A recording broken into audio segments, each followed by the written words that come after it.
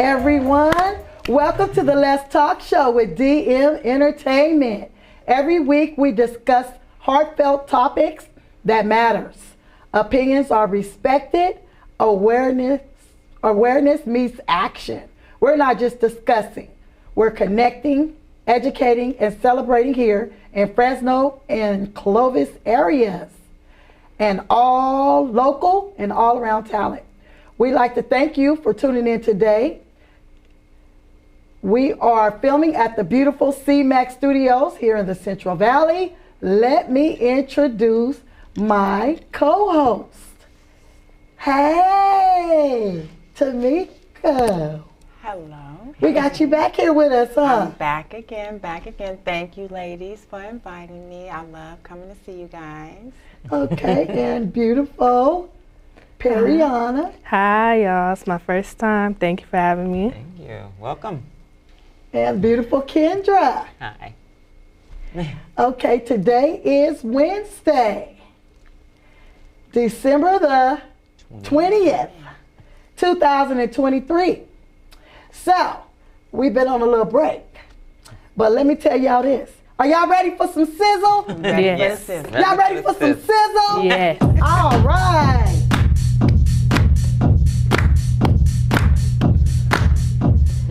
Okay. Guess what happened the other day? My God. Yesterday, I think, to be exact. Trump in Colorado, the Supreme Court said to take him off the ballot. Let's see what they were talking about. In a historic decision, the Colorado Supreme Court ruling that former President Trump is ineligible to be president under a little-known part of the Constitution. Section 3 of the 14th Amendment bars anyone who, quote, engaged in insurrection or rebellion from holding office. A watchdog group in Washington called Crew sued on behalf of Coloradans, saying Trump was ineligible under the provision due to the January 6th Capitol attack. I think he is the only one to blame for this. What do you think about that, Queen Kendra? I don't hold him solely responsible, but I do think he's had some part in what happened. He does share some part. He's been indicted for it by a grand jury with evidence being put out there. So that's the only way to indict him. He didn't actually make the rioters go out there and do it. They did make a choice to go out there themselves because he couldn't tell me to do it. Right? So, I think they're responsible for their part. He's responsible for his share. To me, if the Senate in the first place, when he was in office, would have just did their job and removed him, and after he was impeached, we wouldn't be in this situation. Now it's all this chaos. Now we look a hot mess. Now everybody's saying, no, it don't count for him. The 14th Amendment says anyone. If it said anyone except the president, then I can say, okay. It said anyone that holds office. That did that cannot run for president. I've seen, like I said before, I don't know what's wrong with the other 49 states. Okay, Perianna. I also agree with what I was going to say with Kendra. Okay. What was said. You can't hold anyone solely responsible for everyone's actions. We see that as a repeat in history. I did notice that he did support. Now, with that being said, he did give his supporters comfortability to feel that they had the right to invade the Capitol, which gives him some, when you become president, you also take on a leadership role. With that being said, with those that follow you comes responsibility and accountability. So I do feel that the Supreme Court ruled justice. So, yeah. And I say one more thing about the Supreme Court there in Colorado. He's going to appeal it and he's going to take it to the U.S. Supreme Court. Now they're saying that this Supreme Court of the United States is likely to overturn what the Supreme Court done. What that creates is something really nasty, really ugly, because what do you need them for if all you can come in and do is say, oh no, we don't want to hear, we're not going for that, Right. So that's just I can't my thing. wait to see what we'll see. is. Yeah. Tamiko? I'm excited because I love politics, and so what? I'm just saying, because Donald Trump is the voice of disenfranchised white men. He is nothing more than He is the epitome of the alpha white male that we were presented in the 80s and the 90s. He is the Don. That he is what America has created. He is the symbol of capitalism. Yeah. And so, yeah, he played a role in it, and the fact that, like with the word comfortability, I can slightly agree with that in the essence that these were feelings that people already had, and these were thoughts that they already had. And he was voicing boisterously what these people were feeling secretly, because if it was so, why is that 85% of white women voted him into office? They put him there, and then they turned around and marched against him the next day. So it's like they crazy too. So with that, like I told you the last time, for me, it's about the money, because I know he don't care about us. He ain't never act. Until we realize that we are our own and we by ourselves out here and we're going to have to get our own mess together. Yeah. We have to look at them to use them the same way they look at trying to use us. But see, my thing is, he knew he could route these people up, this group of people that he can route up. I'm not saying he don't have followers. He has lots of followers. Yeah. And I'm not saying, but he knew that he did. See, he routed them up knowing he lost. He couldn't have said that. He knew he could have said no, and they could have stalled. But they had already, with everything going on in the country, these alternative groups had already been building up. He was nothing more than the needle that broke the haystack. Yeah, and he knew it. Yeah, Okay. all he had to do was show up. If you just, when you have a manic person and like the way that people have been acting, if someone just shows up, people just will show out. And they ain't even got to say nothing. And Well, let's think about Hitler. Yeah. Okay, he reminds me of him. He's Why? him. Because the difference is when Trump told them to do what they did, they decided to do it. But when he finally after hours, decided that they put pressure on him to tell him to go home, what did they do? They left and they went home. Yeah, but not before he told him he loved him. Yeah, I love you. And Now that is the amendments that you cannot show favor. But he was being honest. Yeah. Honestly, leave the office then. honestly Get out. Honestly, get out. He's honestly an ass. When he sat there and said, "When I like a female, I'm not supposed to wait for her to come talk to me. I'm supposed to go grab my push and be like, what's happening?" Okay, but you know, that right there lets you know that where like that outfit. Right. Every action And has he a didn't even consequence, send help. and this is his. he didn't even send help. He watched it all on TV. And you know what? Me and my husband was watching it, right? And I was like, babe, look. I couldn't Ain't no believe it at police first. coming, because I just knew the police was gonna come, like in 5-10 minutes, like they would in our neighborhood. No. Yeah. Nobody never showed up. And I was like, babe, look, they're not showing up. It wasn't enough flies in the milk. See, it was only 1 or 2 flies in the milk. If it would have been more flies in the milk, National Guard would have been there. Yeah. They would have been sniping them. And he was holding them back, because he told them, don't do anything until I say so. So we're gonna be looking forward to that ruling. Hopefully it's going to be soon, and we'll come back and we'll talk about it. Yes. But we have to go to our next. New year. It's going to be a long new year. Yes. Our next subject for Let's Sizzle is in Mississippi. It was a little boy. He had to use the bathroom. Well, let them explain to you what happened. Quintavious Easton and his family sat in a Senatobia courtroom Tuesday after the 11-year-old was seen relieving himself in a parking lot back in August. Carlos Moore represents the Easton family. He says this whole ordeal has made Quintavious not trust the police. He did not plead guilty to anything. He was not found guilty of anything, but it's an informal adjustment probation. Back in August, the then 10-year-old was with his mother at this attorney's office. Moore said the boy needed to use the restroom, but the office did not have public restrooms. Easton used the restroom near his mother's car when a Senatobia police officer spotted him. Officers put Easton in a squad car and took the child to the police station. People that he should trust, protect, and serve, he doesn't feel that they treated him fairly and that he would get a fair shake in life through the police or the justice system. Moore says the Easton family is distraught about how a judge or prosecutor could issue probation to an 11-year-old for doing something so many others have done. Okay, my heart is breaking. My heart is breaking for this child. he is a kid. That's what children do. But it's so much involved in what's going on in some of these states that shows that people don't have human decency and don't have affection or understanding for even children.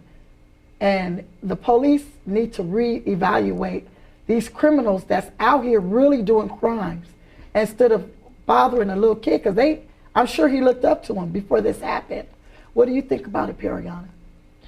Well, in that sense, when you talk about authority leads, it also directs. I feel like this was a learning lesson that could have been simplified in the matters of, hey, they could have just let him know, hey, if you have this problem, you have this instance, maybe try this. But instead they gave him, it feels like a sentence at his young age. He's not a man, he's not a teenager, he's not even a preteen, he is a child.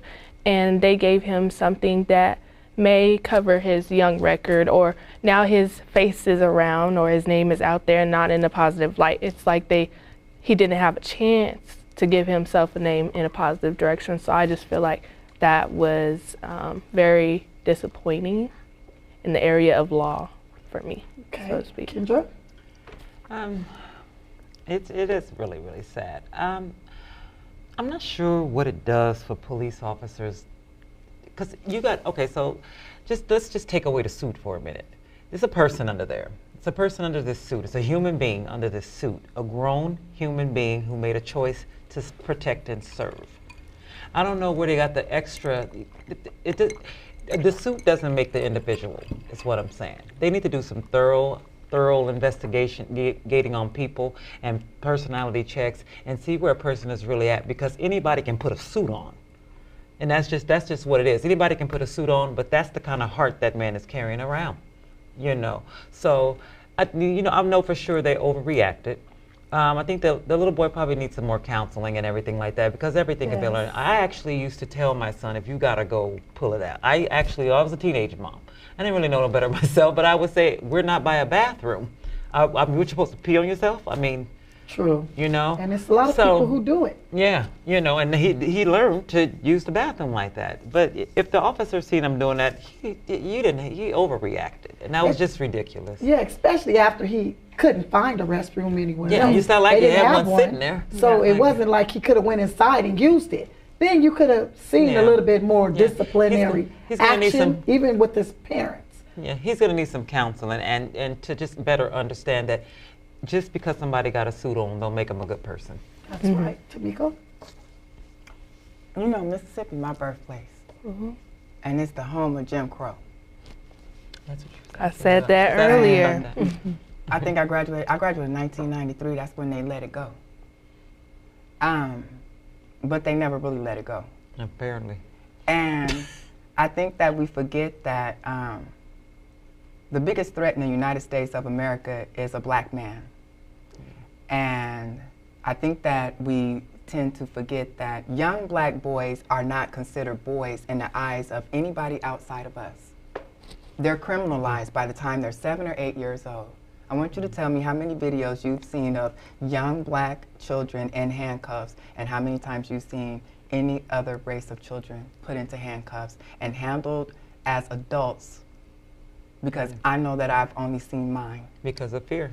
Because they fear. No, it's not fear, it's hate. Well, hate and they hate them so much. They hate our men so much that when they come out the womb. Especially when they get grown, they fear them. That's why they don't mind blowing their heads off. And what's crazy is this child's part of his punishment, he has a 3-year probation. And with that 3-year probation, this is how they try to defeat our men. They get them when they're young. So now this baby already has a record. He's already been on probation. So now we got him on his first step to the pipeline of prison. Okay? Then outside of that, how are these teachers going to be looking at him? Because now he's all over the news, all over the city, all over the county. So how are these teachers going to be handling him? So now there's going to be an excuse to say that he has behavioral problems, that he acts inappropriately. Any little thing he do, he's going to be under a microscope. And then they're going to tell him he has to make a 2-page report on a professional basketball player, Kobe Bryant. Well, what the hell is that going to do? If anything, y'all could have pulled up Daniel Hale Williams, who was the first black man to do a successful heart surgery in 1893. Have him do a 2-page report on that. But no, they rather push our babies to their entertainment slavery, and they rather see him with probation, because the entertainment slavery of NFL and of the NBA, and then they have our babies focused on throwing balls and playing games, and school, just do enough work, just enough, so that you can keep entertaining us and putting money in our pockets. So they're gonna have this, so now they just gonna tell this baby part of his punishment is he gotta come to court once a month with his mama for 3 months, and he gotta write a 2-page report. I love Kobe Bryant as a basketball player, but I'm not gonna keep pushing little black boys to athletics and making them think that that's where they need to go.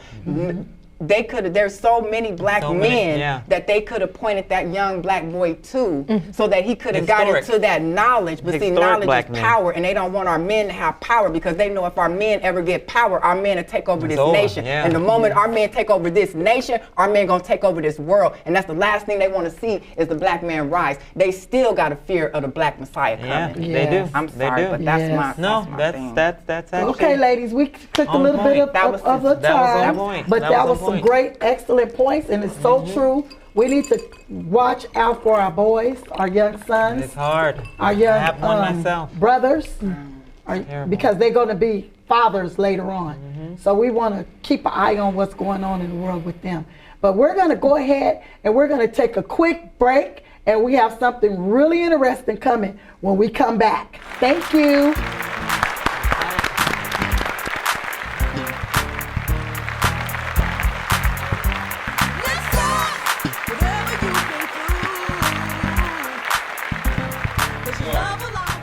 Hi, we're back. All right. I am Lashonda Lee, your host, and me and my husband experienced the same thing that we seen on TV the other day, and it was from the beautiful Fantasia and the Air BNB company.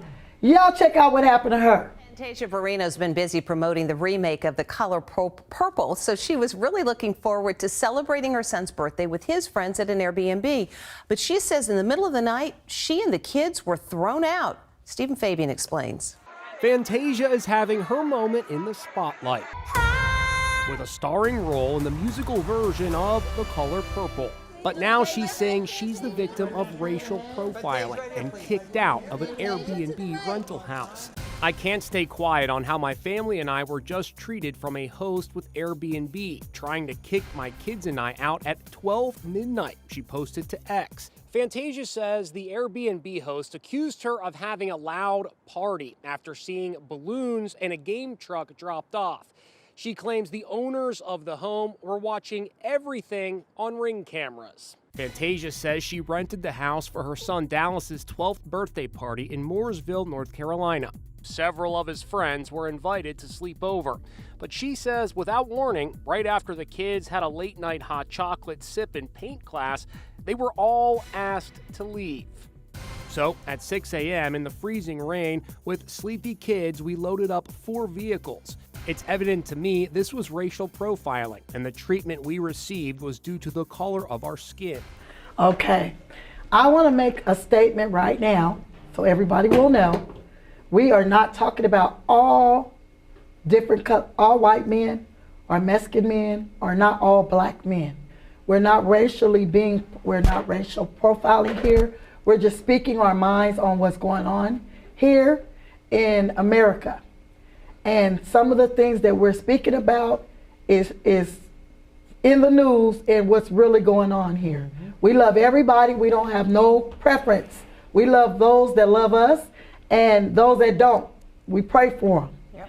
But this too would happen to Fantasia. Just happened to me and my husband and my mother-in-law and my sister. We went to a party and they did the same thing. We get in there, we so tired. We were tired and we had to get ready for a party. 70 for my uncle. He's 70 years old. So it wasn't like a young party. We was tired and hungry and we were laying down. And so when we were getting ready to, we laid down for a while. My mother-in-law, she took her stuff off and she was getting dressed and we was all getting dressed. Here come a lady. And she just walks in. She didn't knock. She didn't do none of that. She just came in. Wow. Talk about, you got too many people in here and you guys, you didn't supposed to have nobody. I said they were just coming to get dressed and go to the party with us. No, you have to leave. We told on here it was just supposed to be you and your husband. We told them, I said, we came late. They just came with us to get dressed because they don't live here in Sacramento. We live in Fresno. So they were just getting dressed and they were gonna go to the party and stay at the party. And she was like, no, so me and my husband had to leave. And so I contacted the Airbnb and blah, blah, blah, blah, blah, blah. It took them a long time, but they finally gave our money back. But they have cameras in the inside. I'm not saying all the homes do. But they was asking us why was we going through the cabinets. Because we there, we supposed to get some water. We like to see where the cup's at and everything. So it's just sad that she had to go through it, but she has a platform. So she's using that platform as we are using this platform. You guys need to fight against this. And if you rent an Airbnb, you make sure you read it thoroughly. And they didn't want to get my money back either. I don't know if they gave her money back, but they didn't. It took 2 weeks for them to finally refund me my money because they found out everything that we said was the truth. Kendra, what you think about the Airbnb today? I've never rented one before, but I refrain from using other people's things because people act exactly like that. Regardless of if you're going to rent your home out there or rent out your place for however long, you know, you put down your rules and things like that. I don't think you should have cameras on there because people are taking showers, people don't have any clothes. I mean, that's kind of like invasion. Don't use your house for that if you feel like you need to watch somebody on cameras. You know, you're taking a chance of doing that. You kind of get what you get with that. You know, I think the contract should be a little more just settle and saying what you exactly want. I think it should tell you if you got cameras in there or not, because there's something to that. They do. They say they'll say on the outside premises, but they wouldn't speak. That's what the outside premises or inside. Back. Yeah, they didn't tell us it was in the inside. See, and we could have been naked. That's what I'm saying. Inside is like an invasion because That's right. It's your place. So let us know. We're not telling you can't put them in there, but let us know so we're not doing things. Like indecent exposure, like that little 7-year-old boy was doing. Okay, Perianna. I feel when it comes to the contract, I believe that there needs to be more upheld responsibility when it comes to the owners of the home or the renters of the home. I feel like they also have comfortability with the home of feeling like they can say or do whatever. And that's to a certain extent because at the end of the day, you are a host. And we are a guest. If you're going to host, you have to host accordingly and appropriately. I do believe, and just touching on your subject, when they tell you how many people, that is to sleep over. Like for anyone to intervene in the middle of a coming and going situation, that should just be against all of the rules because in that case, being specific is important. And even if not, they clarify on spending the night. Like, that is absurd to me. So for Fantasia and to see children on there, I would definitely say racial profiling. Seeing an abundance of children of color, maybe different ethnicities and races, but of color of two in the middle of the night is kind of sad. Yeah. So. It's just a money grab, you know. People see things and it's like, oh, I can take this house and I can rent it out for a couple of days for the weekend and I can make this amount of money. But then, you know, then they see that people take advantage of that and then they tear other people's houses up. So then they put these cameras in here because we want to monitor y'all and micromanage, and then you put yourself in a position to where you are invading somebody's privacy. I think a lot of people have gotten in over their heads and they really shouldn't be in that industry because you're not really set up to offer a resort if you're not in a position to take a loss. Like hotels are in a position where they know that they're going to take a loss. There's a possibility that they can take a loss because you never know who's coming through those doors. How much vetting are you going to do of your potential customers, tenants, whatever you want to use? But how do you feel when they come and do that to you? We had to go get another room. We were from Fresno, so Sacramento. We were in Sacramento. We didn't know nowhere to go. We barely got to the party. We barely found that Airbnb. So we had to go look for a hotel. Hopefully they had availability.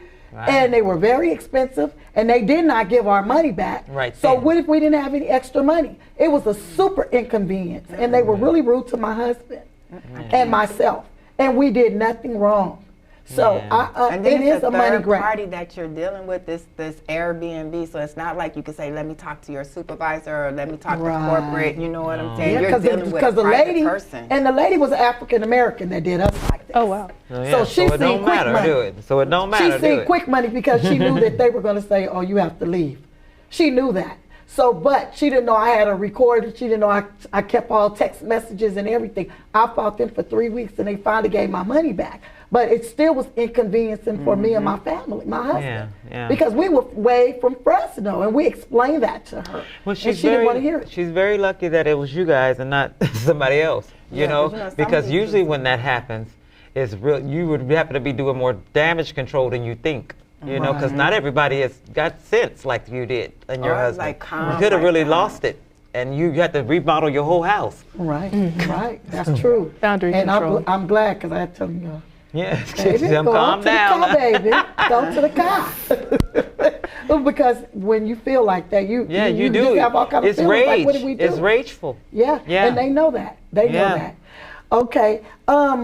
We have. Let's talk local news now. Let's talk about what's going on here in Fresno. We have the barristers of Fulton Street Coffee are striking. They're striking. Workers complain of unprofessionalism, favoritism, bullying, and unacceptable working conditions. They have been in talks with their employees to transition the coffee shop into a worker-owned corporation. So that's sad that is going on when people, I think they were saying something about they wasn't giving tips to the people was giving tips, they was giving them to other people. They just didn't do right towards people. And you see this in all nationalities. People are being prejudiced towards another person. And it's really, really sad. Even here in Fresno. What you think about it, Tamika? Fresno is this is Sundown County. What's that mean? Prejudice. Yes, if you can't be caught with the sun down. Oh, okay. I only heard that for Texas though, like in the South. You know what I'm saying? This is Sundown County. You know what I'm saying? And so this I mean, it's funny, but it's not. I think it was another. I think it was the Mexican nationality that was, or vice for the white in the Mexican. I don't think it was black. I think it was another color. Yeah, they gotta be black. They ain't gotta be black to be sundown. Yeah, you're right. You're right. But that's what they used to use. But it ain't that sad. And now they picketing at a cafe. It doesn't make sense to me. Perianna, so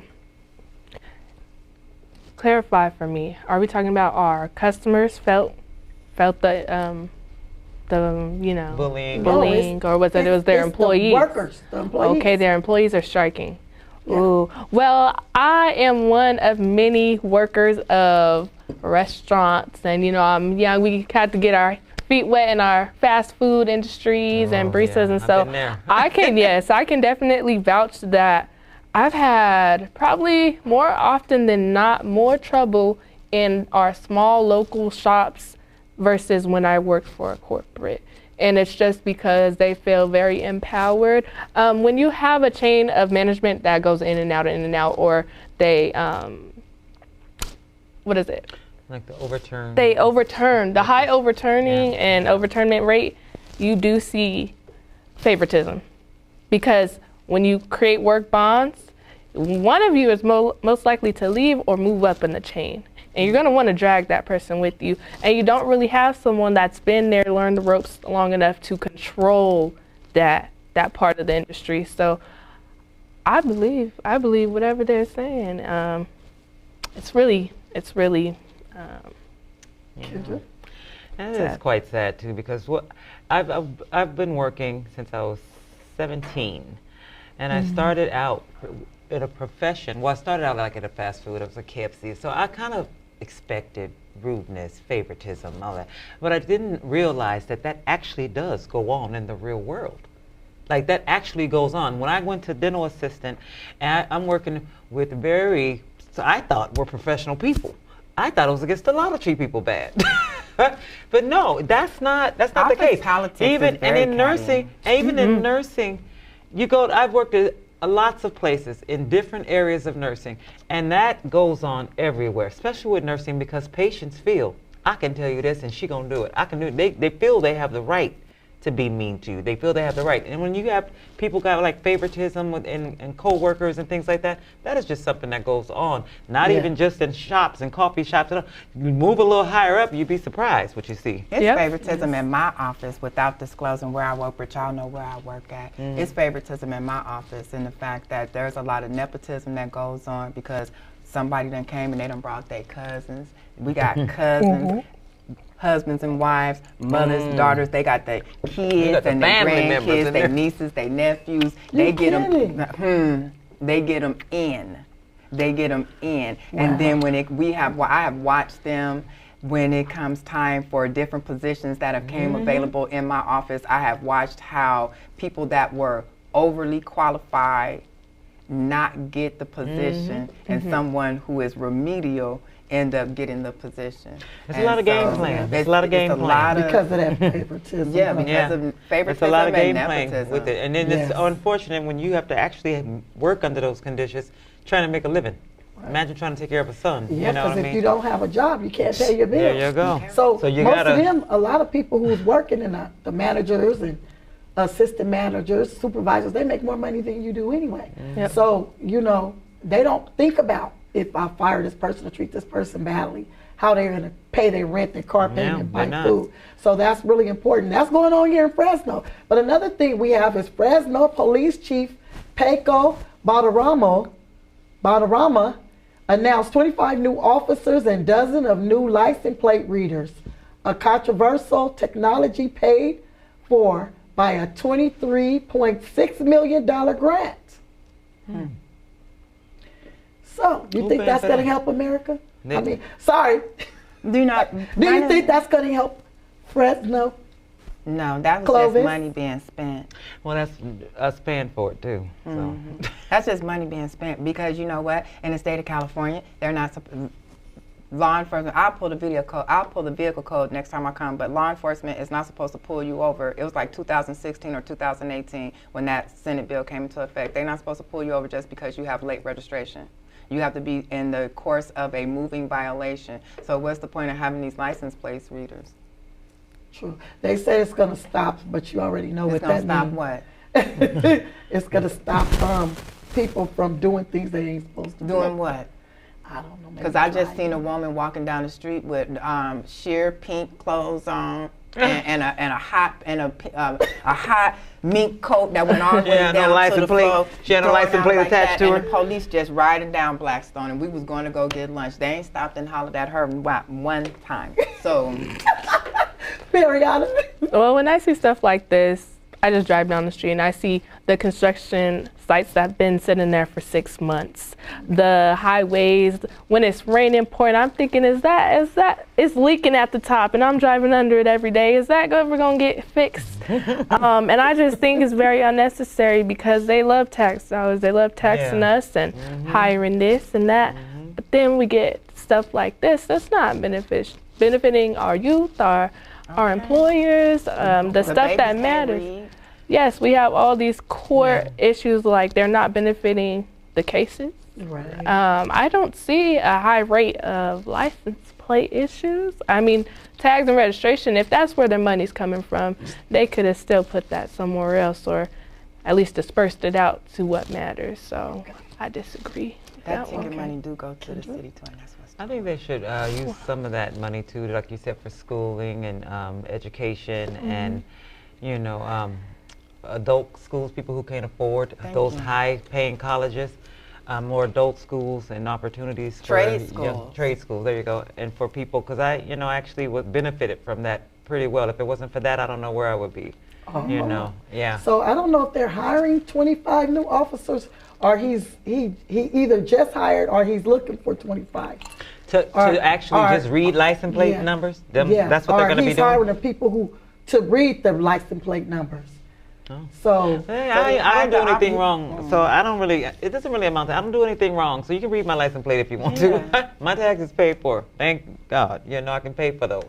Okay. But I still think they can use some of that $23.6 million grant money for people who are trying to go to school and better themselves. Okay. Like me. Well, if they're hiring, you better put your application in because they are hiring here in Fresno. Okay. For license plate reading. All right. Okay, we'll be right back. We're going to take a quick break, and we will be back with some sports information. All right.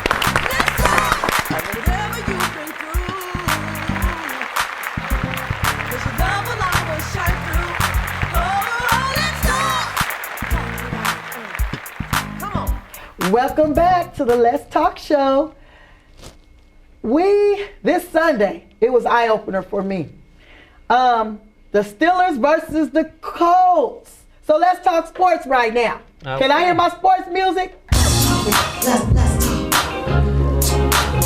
Hey! Hey! All right. Okay, let's see what happened at the game of this Sunday. The Steelers versus the Colts. Stop is Pittsburgh, where George Pickens has become a huge topic of conversation. That play, a big part of it. You see, he had the opportunity, it would appear, to block for his teammate Jaylen Warren on what could have been a touchdown run. Instead, clearly seems to let up on the play. And in fact, he explained afterwards why he did so. He said, quote, "I was just trying to prevent the Tank Dell situation, the same thing that happened to him. I ain't want to get an injury. When you stay on the block too low, you can get run up on very easily." So that's what he said. That is, we use the term business decision in the NFL, and that certainly seems to be one. Jeff, I know you've got a reaction. Yeah. Wow. He let that man get hit, and he didn't even block for him. So, what you think about that, Kendra? This is not really my area, but as I know, as a team, you do have to have your like, I'm a nurse, so I'm saying my coworker, he should have his brother's back. You have to have each other back out there, especially a contact sport like that. You literally just run into each other. It's not a safe sport, so people got to be really careful, and you got to have your partner's back. You really do. Oh, me? He had to put himself first, man. Okay, this is a multi-million-dollar sport. Yes. We're talking money here. One injury for him, he probably thought could cost me millions. Could cost me. I do understand the team player. I played sports myself, and there are times, let's say you are on basketball, you're on your third foul. You see, you want to help so bad, but oh no, this is going to take me out the game. I understood. I believe if he was farther back in the line, I'm like, you cost so many yards for you. I could understand his point of view. He also probably was like, my teammate's right there. Maybe in his head, he might have believed he could have made that a little bit. He was real close. He was iffy. But, I mean, it could have been some sportsmanship in that. But I'm not going to say he's completely wrong. The amount of defenders against that one was a lot, which he's probably seen himself being the 2 versus probably 4 or 5. I see his point of view, but yeah. Okay. Oh no. He a mark because Shaq, one time when Shaq and Kobe was banging with each other, Shaq was like, "There's no I in team," and Kobe, he was young and he was shoving. Man, he was like, "It's the M-E," and see, that's where you were saying he probably got look out for self, and I probably got this multi-million-dollar contract, and I don't want to get.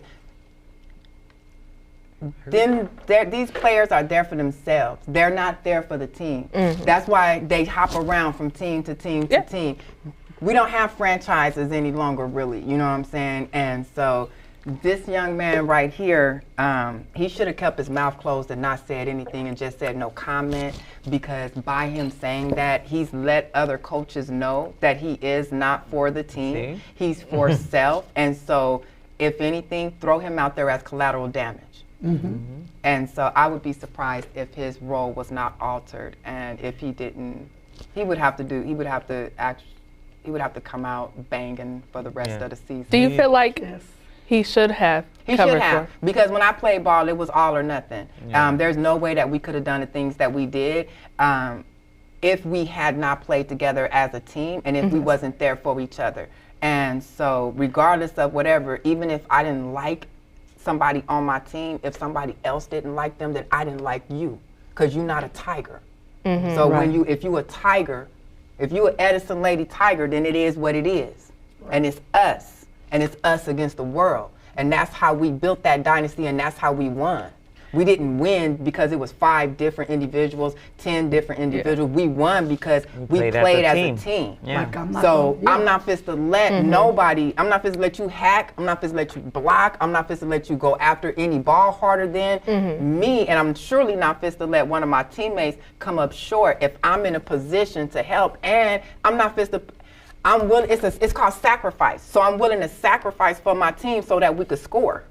The whole point is for us to win. There's no I, there's no M, or there's no E in us. When you play as a team, it's actually a very nice game. It is. It's actually a very nice game. If somebody being selfish in it, or you got a glitch in the system, it don't work right. It don't work out right. And those kind of things happen. I used to coach for you for about 4 or 5 years. I wouldn't even want that person to play. They would have been benched. Yeah. My daddy was a football coach, and I spent several years on the sidelines of football. And I'm gonna tell you right now, Coach Jackson would have pulled him right on off. I don't know what injury he was talking about. No, but he was afraid to get an injury. So he mentioned someone that had one. He mentioned someone that got the same one. Yeah. The person that tried to help someone before got hurt. So I didn't want to do it. So I just know when they get to that, get to that league and that level, I know their mindset. So I'm coming from the perspective of his NFL. He'll leave them hanging off the field. His NFL mindset. On the field, and you get paid to do this, bruh. You get paid very to do well. This. Very so well. If you willing to leave your boy hanging and y'all making millions, man that boy leave you hanging behind the right, and he's gonna. This is never gonna go away for him. But this is a lesson. And then his grammar was horrible as well. I ain't gone. You know how they do us. You know how they do most people who ain't got their language together. That's what I'm saying. He could have some more sportsmanship. I seen.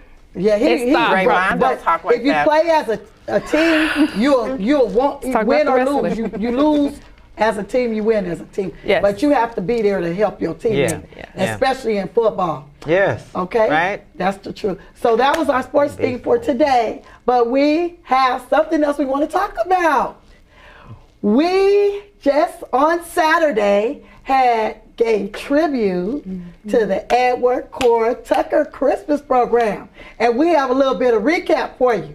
Let's see what happened at what part of the recap we have right now. Oh, that's me and my family, my husband, my grandbaby, my family, and my 2 daughters. Okay, and that's some of the children from West Fresno that was dancing on the stage when they put the music on there. I remember that stage. And that's my granddaughter and some of the other students modeling. There's some more of our models. They were wonderful. How cute. Aww. They were absolutely they look so beautiful. Wonderful. There they go again. There they go. And the Christmas program was a wonderful, we actually recorded it, so we're going to be showing it in a couple of days. We'll be doing it again next year. So when we do it again, we're going to do a little bit something different, but we enjoyed the children. The children got toys. We gave away prizes, TVs, microwaves. We did all that for the community. We need to start building again for our communities and bringing back programs like this. They got to do talent. They got to model. They got to sing. We made grown men cry out of happiness. Yes. Out of happiness. The Grinch even came. Santa even came. So at the end, I'm hoping that on one of the commercials, you could see some of the live footage on there, or you could watch it when we show the whole program this week. Okay, so ladies, what is your Christmas plans for this year? We got 5 more days. What do you plan to do, Tamiko, for Christmas? I'm just going to enjoy the paid day off. Okay, Perianna? I'm going to spend it with my mom and my little sisters and my brother. I believe once or twice a year does my mom get all 7 of her kids in one house because we're all so spread out. And it'd be Christmas. It'd be Christmas or Thanksgiving. All right, so you're looking forward to that. I am. Family time. Okay, Kendra? I'm actually working. No. Shocked everybody. My auntie tells me that I need to stop working so much, But I love Thanksgiving, so I take off 4 days of Thanksgiving holiday. So I do work on Christmas, but we do party for my late mom's birthday, the day after, and we'll be doing menudo and enchiladas and good stuff. I want some enchiladas. If you're welcome to come. I want me some enchiladas, girl. You know you'd be doing this the bomb. Her enchiladas is the bomb. Okay, so I'm going to tell you what I'm going to be doing. I'm going to be spending it at home with my husband. We're going to do the seafood thing. We're going to do a crab boil. And we're going to... I'm going with some of that. We got to switch. And go to your house. Yeah, we're going to do the crab boil thing. And we're going to enjoy each other. And Christmas is to bring all of us together. And I love any time when all my family get a chance to get together. But before we leave, I was going to give a shout out to my daughter, Shayona Collins. She got straight A's again in Merced College. Keep it up, baby. Mama's so proud of you, girl. You got 2 kids and a husband and you still work hard and you make sure you ace it. And she got, straight A's all across the board again. And I have my niece, Perianna. She's going to college and she want to tell you a little bit about it before we go. Tell us about what you do and what college you go to attend. So I am 21 years old, by the way. I currently go to Fresno City College. I am an American Sign Language major. Yes. So yeah, my goal is to become a black, I have to put that first, a black American Sign Language interpreter and translator. I want to be able to give our black youth, our black men, our black women, teach them about some black history they don't get from, they already, minority within a minority. And I want to be the first person to integrate American Sign Language into a historical black college university. Yes.